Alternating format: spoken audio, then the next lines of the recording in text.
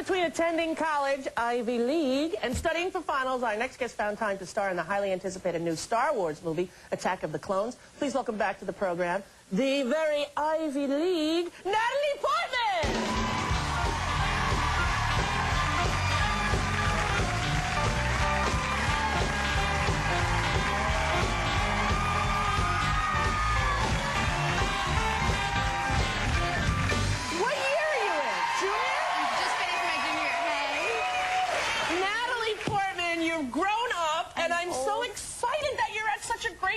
Thank you. How is it? Is it tough to do?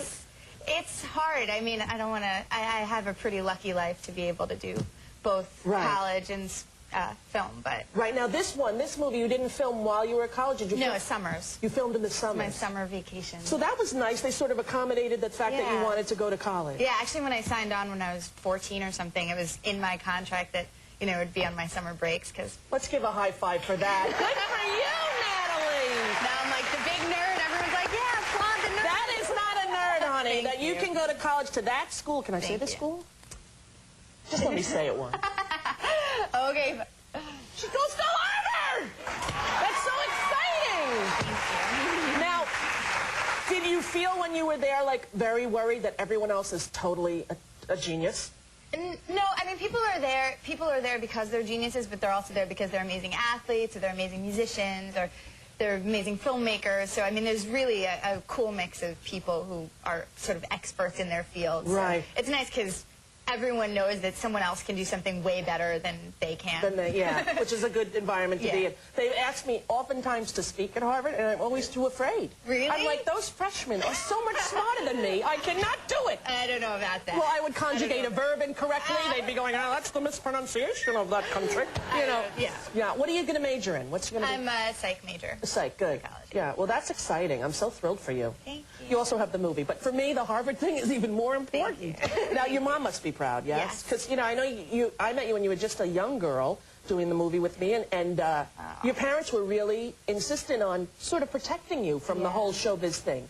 Yeah, well, I mean, obviously, most of what we know about child actors is, you know, the rehab true Hollywood story later on. So I don't think they were, you know, overly enthusiastic about pushing me into this world that they knew isn't really known to be the most you know, isn't the most reputable among child rearing. Right.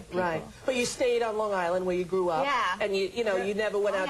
You never went out to L.A. No. Yeah. I mean, I spent time out there, but I've never lived out there. You never lived out there. Yeah. Now the new movie is getting amazing reviews. Are you able to deal at all with the people like who sleep on the street for a month in order to get to the first screening? Yeah. I mean, I definitely worry about their personal lives and their jobs and stuff. That, you know, they can take 3 months or whatever it is to sleep on the street, but it's really cool to have enthusiastic people because it's that kind of movie that you just go in and you're like, oh. Yeah, they're over the top. I was watching it on a news program and they interviewed this kid. How long you been here? And he was so calm. He's like, 3 weeks. And they go, well, do you think it's weird? He's like, it's Star Wars. Like, you know, like the reporter was an idiot for asking. We were driving down the street yesterday, actually, and it was 8 in the morning, and I'm like with a bunch of people in the car, and I'm like, 3 o'clock, Jedi. And there's like this guy in full Jedi gear, 8 a.m. on the street. So I roll down the window and I go outside, and I'm like, hey, have a good day. And he thought I was just making fun of him because I'm sure he's used to like all day people just making fun of him. Right. And so he was like, oh, funny. And then we were driving away and he realized that it was me and he was like, oh. You could see it. I thought you were going to say he lunged for the bumper. Yeah, exactly. Amidala, wait for me! We were like Jedi. Like, now, have you been to the theater to see it with, you know, non-premiere audience? I actually only watched it on my own. I have a really hard time watching myself on screen, so I just sort of saw it alone in a theater and was just sort of like this the whole time. Yeah. Well, it's such a big legacy, the film, that, you know, every time a new one comes out, it's like, you know, you worry, oh, what is people going to think? Because there's so much anticipation. But I understand this one's even better than the last one. It's pretty exciting. It's got some really incredible action scenes, and Yoda gets a little Yoda gets a little lightsaber action, which is pretty exciting. Little tiny Yoda? Little Yoda. Does he get somebody at the ankles or something? Throws off the cane and he can... I don't want the cane, but I'm going to get you on your shins.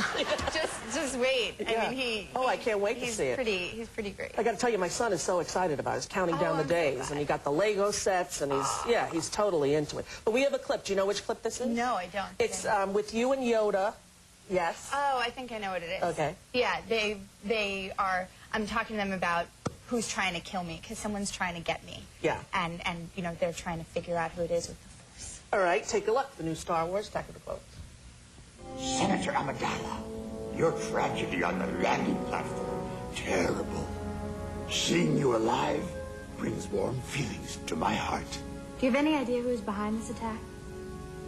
Our intelligence points to disgruntled spice miners on the moons of Naboo.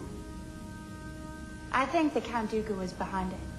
He is a political idealist, not a murderer. You know, milady, Count Dooku was once a Jedi. He couldn't assassinate anyone. It's not in his character. But for certain, Senator, in grave danger, you are. Ooh! Opens everywhere now. It's open, and I know that soon you have a very big birthday coming up, Natalie. Yes, I have 21. 21 years Yep. old. My goodness! And it's also your mom and you share a birthday, Yeah, right? my mom and I have the same birthday, June 9th, which has always been really crazy. But this year, she's turning 50, and I'm turning 21 on the same day. Wow. So we were talking about, I was trying to convince her to switch birthdays so that she gets to be 21 and I get to be 50, and, you know, she can shoot back the alcohol, get her a little drunk. But she wasn't up for that. She's like, I don't like to drink. But what's the benefit for you? You would get like... I get like over-the-hill T-shirts. And Oh, I thought you were going to get like perimenopause pills or something, you know what I mean? I'd have to borrow some go get for you. my 'cause eggs checked. Frankly, I think it's starting for me. I'm 40, but No. since I turned 40, I've been sweating.